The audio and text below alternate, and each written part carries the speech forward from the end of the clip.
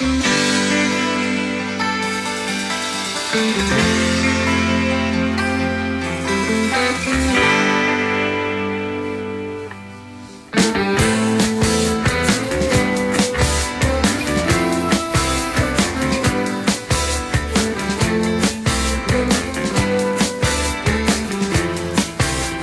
is John Johnson for KPBX FM, and welcome to Johnson's Improbable History of Pop. One of the most misunderstood branches of the pop rock family tree has got to be Southern rock. Can you say where I've been from day to day when I don't even know myself? You know, those big in the 70s bands manned by what seems like a half-dozen guitar players all dressed in buckskin, sporting funky floppy hats, hair to their ankles, and pounding out endless boogie tributes to arcane, deep Southern subject matters like possum stew, or alligator wrestling, or skeet shooting. And the audiences with those politically incorrect rebel flags and NASCAR jackets. What is the average Northwesterner to make of all that? Probably not much. It's something of a foreign land to us, snow and rain belters. Were we missing the boat on this? Love has never come my way, but come and fly with me. Culturally speaking, maybe yes, maybe no. Musically speaking, most likely we did not have a clue what was going on. Take the case of the Marshall Tucker Band and their lead guitarist and main songwriter, Toy Caldwell. They scored a couple of hits in the late 70s, but that's only a part of the story. And here to help us tonight to fill in the gaps is our guest for the evening, Ben Upham of Spokane. Welcome, Ben. Hey, John. Good to be here. Very good. I guess it's fair to say you're a longtime fan of Marshall Tucker and especially of Toy Caldwell, right? Over a quarter of a century. Yeah. And where did you first hear the connection between Marshall Tucker and Toy Caldwell? Well, it all started back in 1974. I was a junior in high school, and Tucker already had 2 albums out, which I had not heard. And what really got me into it was the Charlie Daniels Band. Came out with a fantastic record in 1974 called Fire on the Mountain. Beautiful cover. I could not resist. I bought it, and there's a tune on there called The South's Gonna Do It Again, you may have heard, where he runs down the list of Southern rockers, Elvin Bishop, Leonard Skinner, the Allman Brothers, and the Tucker Boys are cooking down in Caroline. Well, it was right about that time that it was around Christmas time, and I can remember shopping in a mall in Sausalito, and I heard this incredible sound coming out of one of these stores, and I just parked myself there, mesmerized by this incredible watermelon boogie woogie. Turns out it was Marshall Tucker and their 1974 record, Where We All Belong. Was that their debut album? Third album. Third album, okay. And I guess historically they'd been formed back in the early 70s, and you mentioned the Carolina, South Carolina, wasn't it? Yeah, they're Spartanburg, South Carolina is where the band, all the original members are from. Actually, they go back musically as far as the mid-60s, 1965, but then they all served time in Vietnam. And when they got back, they formed a group called the Toy Factory. And in 1970, the Toy Factory was opening shows for the Allman Brothers, which at that time included Duane Allman. Okay, well, we'll discuss that and their relation to the rest of the Southern rock empire, I guess, as we go along. And suffice it to say that Marshall Tucker, if you're not real familiar with them beyond the hit or two, has some real surprises for you, and especially with Toy Caldwell. And what's going to get us started down that path, Ben?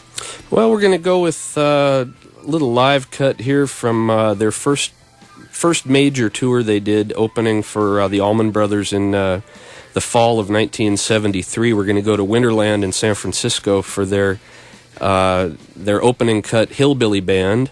And then we're going to shoot over to a New Year's show in New Orleans, New Year's 78-79, to hear Blue Ridge Mountain Skies.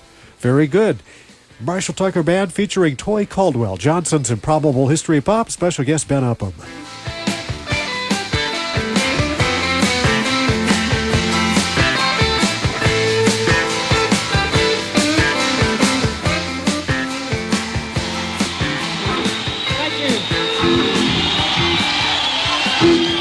a song called Hillbilly Band. Test.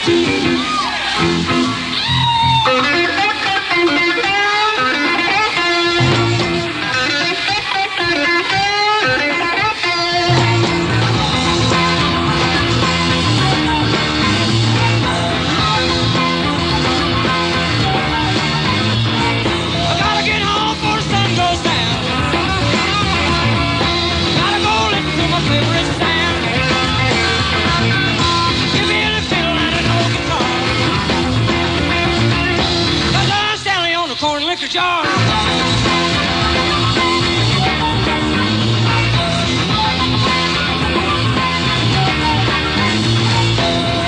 stay up till late at night.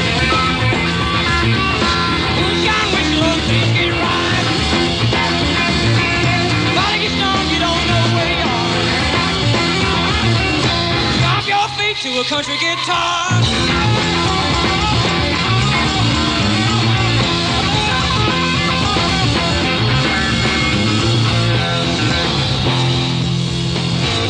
You can have fun, I'm telling you can. When you stomp your feet to the hillbilly band.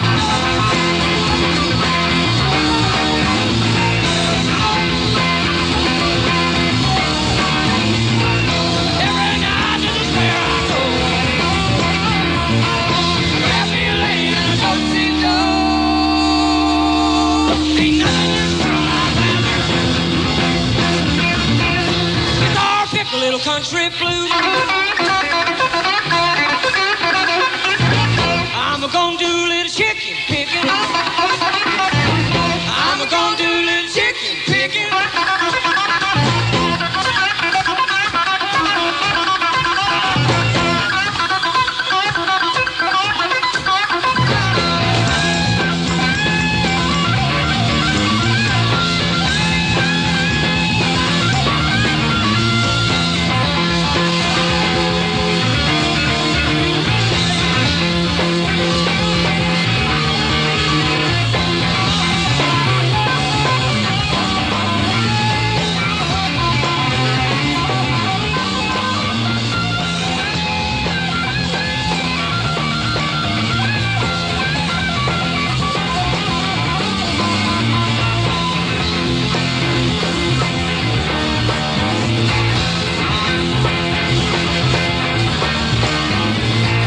You can have fun, I'm telling you can.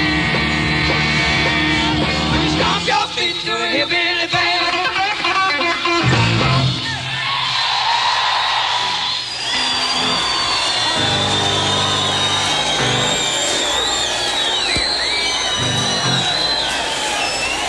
We're gonna play this song for all our friends in Farmers, South Carolina.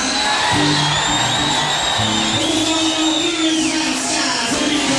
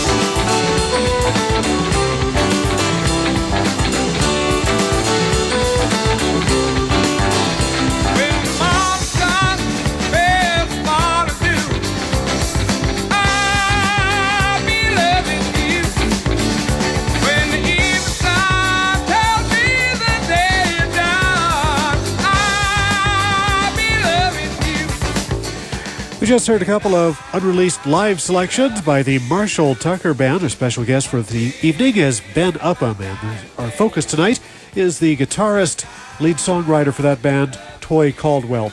And Ben, you shared your story of how you first heard about Marshall Tucker. Mine is I heard about Toy Caldwell first. He was the songwriter of Can't You See, as you might remember, which was covered by Hank Williams Jr. on a very influential country rock album called Hank Williams Jr. and Friends, which came out in 1975, which turned a lot of heads around and opened up people to the possibility of maybe rock and country do go together pretty well after all from the country angle, because that had rock in it and it got airplay on country stations as opposed to country rock being played on rock stations. This was rock and roll played on country, and that was one of the first breakthroughs on country radio of country rock. Yeah, it's the Caldwell brothers like to describe their blend of music as a magical blend of rock, country, jazz, and blues. And the song you're talking about, Can't You See, which I'm sure is the most familiar to people listening as far as what Toy has put out, that song actually goes back to the Toy Factory days. They were playing that song in 1969, 1970 with the Toy Factory. Did that band ever record that you know of? If they did, I'd sure like to find it. I know nothing at this point about any recordings. Okay, and then, of course, as you mentioned, they formed as the Marshall Tucker Band in 1971. And who was Marshall Tucker? What's the story behind that? Do you know that? I do. Actually, they were calling themselves the Toy Factory, and they decided they wanted to come up with another name, and they were staying at a hotel, and Tommy Caldwell, Toy's brother, the bass player for the band, picked up a key fob in one of the hotel rooms, and it said on it, Marshall Tucker. And he just ran that idea by the rest of the band. He goes, what about Marshall Tucker? And they all went for it, and come to find out a few years later that he was a blind piano tuner. Oh, is that right? Yeah. Okay. They made an appearance on TV, and one of the guys in the band said they had thought he was dead, and Marshall Tucker called in to the TV show and let them know he was not dead. Well, that's a good story. Kind of like the Leonard Skinner story of where they got their name from the high school gym teacher, right, who used to give them a hard time when they were students. It's sort of the same. I think that they didn't know who he was, but they liked the sound of the name. Okay. What is it we're going to be hearing next? Next, we are going to go to Chicago, Illinois in May of 1977 to hear the classic Searching for a Rainbow. Beautiful live version of it. If you've never heard them do it live, you're in for a real treat. And then we're going to go to their 1979 studio release, Running Like the Wind album, and we're going to hear the track Unto These Hills. Okay. Now, fair to say so far that we've been concentrating on more of the rock and roll aspect of this band, right? But if you listen to their albums all the way through, they were pretty evenly divided between country rock and some of the other influences you mentioned, weren't they? Well, that's where I think what you were saying at the start, where we call it Southern rock, which includes all of these different influences. And yes, they do a lot of country, and yes, in tonight's show, I'm leaning heavier towards the bluesy side and the rock side. Good, I'm glad you are, because I think really the general perception is that Marshall Tucker was kind of a pop rock Southern band, because their hit, I Heard It in a Love Song, was so atypical from what we're hearing tonight. Exactly, and that's why I'm kind of out tonight to put it out to the people, put it over the airwaves and let them see what really was going on at these shows. Hey, that works for me, Ben. And I'll be loving you until my dying day.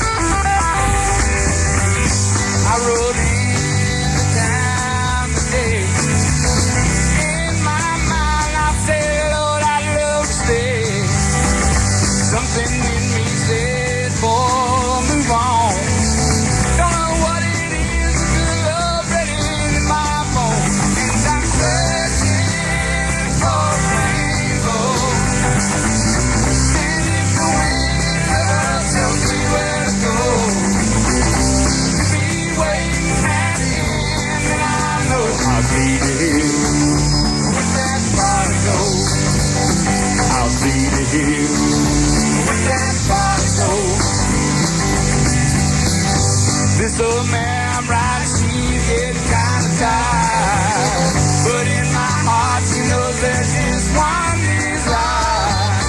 He's gonna take me to the end of our road.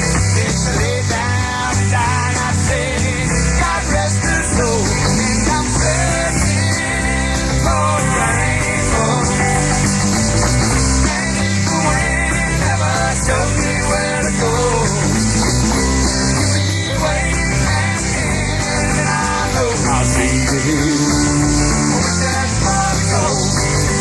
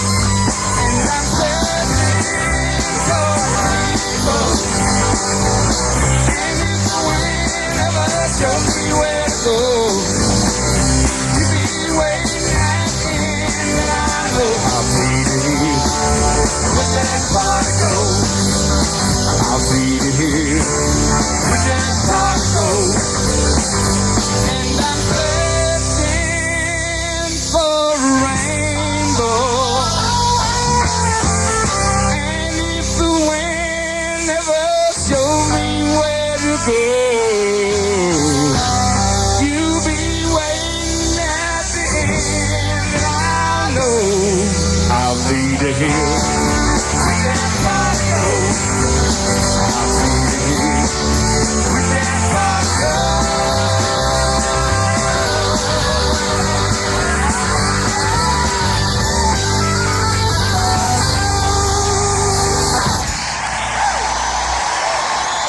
Thank you very much. Thank you. We appreciate it.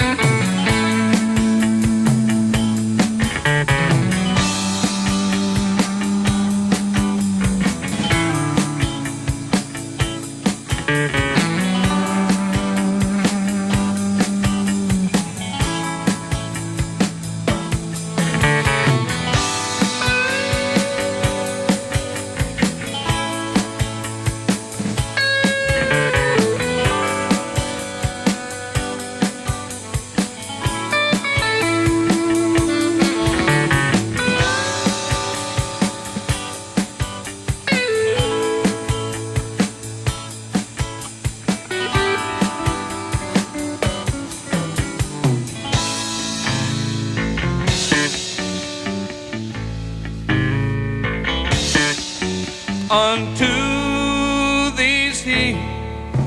I'm going today unto these hills. That's where I'm gonna stay.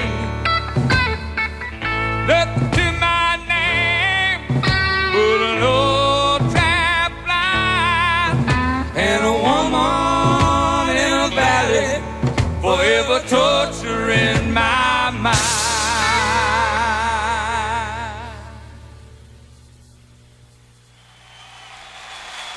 Gonna get down a little bit of that watermelon boogie woogie everybody talks about down south here.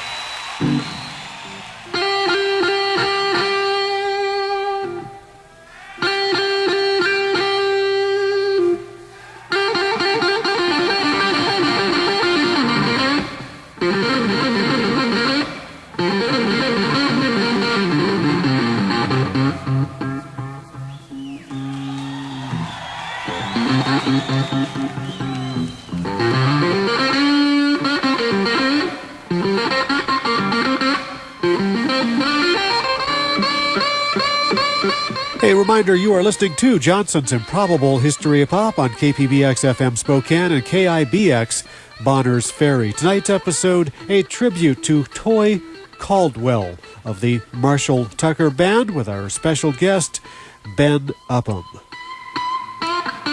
And Ben, at the start of this program, we talked about them touring early on with the Allman Brothers Band, right? But my question is, couldn't this band really been called, as you mentioned, the Caldwell Brothers Band just as easily? Oh, I'm sure they could have. I think Marshall Tucker's so catchy, though. It's a good name.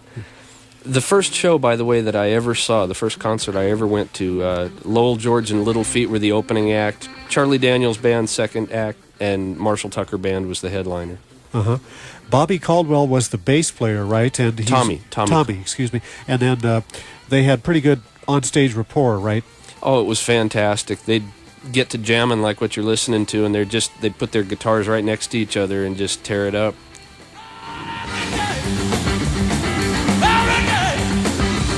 And unfortunately, of course, Tommy passed away early on. He died in 1980 at the age of 31 in a car accident. Now, what did that do to the band? Devastated them, and they replaced him with an old friend of Toy's, Franklin Wilkie, who played bass in the Toy Factory for a while and was a friend of Toy's and Tommy's since grade school.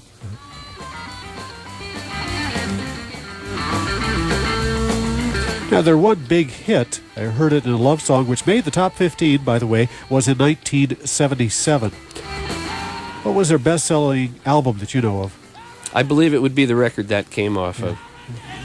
Did they try to follow up in a more commercial direction after that hit, or did they revert back to the country rock? I don't think they were really out after a commercial hit. They had enough success at that time to where they were really concentrating on their touring and playing their songs live. And after Tommy died, I think the band went at that point into a more of a commercial sound. Yeah. And eventually Toy left the band and went off to a solo album, right? Toy left the band in 1983 after being with the group for 12 years and writing over 2/3 of the material they played, and didn't put out his first solo record until 1992, a year before he died. And that's what we're going to be hearing next? Yeah, we're going to hear a track off the solo Toy Caldwell album, which has just been re-released as Son of the South by the Charlie Daniels Band's Blue Hat label. You can pick that up at your stores. We're going to hear a tune called I Hear the South Calling Me, and we'll follow that up with a smokin' version of 24 Hours at a Time from Chicago, May 1977. Now on that Toy Caldwell reissue disc, and Ben, you're too modest to mention it, you've got a couple of pictures you took at shows back at Cheney and Spokane are credited and apparent on this disc, right? Yes, John, thank you. Hey. It was my pleasure to get a few of the pictures that I had taken put onto Toy's disc. His wife, or his widow, took care of that for me. Well, great to see your work being noticed. Thank you. Okay, let's get to a Toy Caldwell solo cut and then a smoking Marshall Tucker live tune.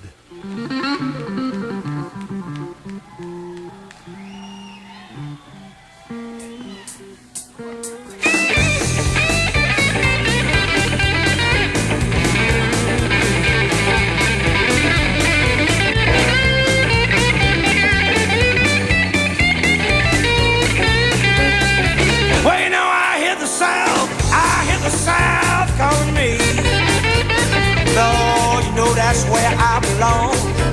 I've got that Mason-Dixon fever, Lord, it's in my soul. Somebody wants to know which way TC should go. Tell them I got a watermelon on the vine. Lord, I got me a catfish nibbling on the line. Now if somebody wants to know, have you seen OTC? Just said I heard the South calling.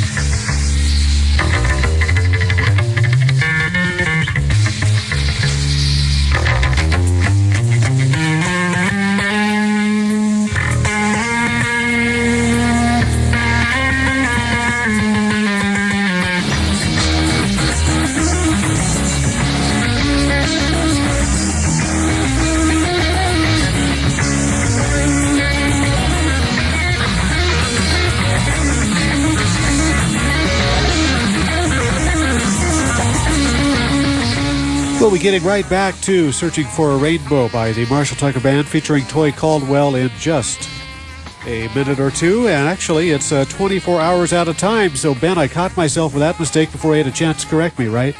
I actually was psychically sending you the message. And Thank you. You received it. Thanks for saving my bacon on that one. Glad you got your antennas on.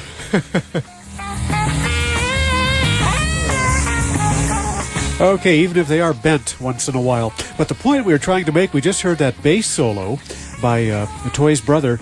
They had a very unique style of playing guitar and bass each, didn't they? Oh, it was wonderful to watch. They would bounce their thumbs off the strings. Never use a pick, never pluck. It was bouncing their thumbs off the strings, and this is a family tradition passed down from their grandfather through their father, and then they learned it.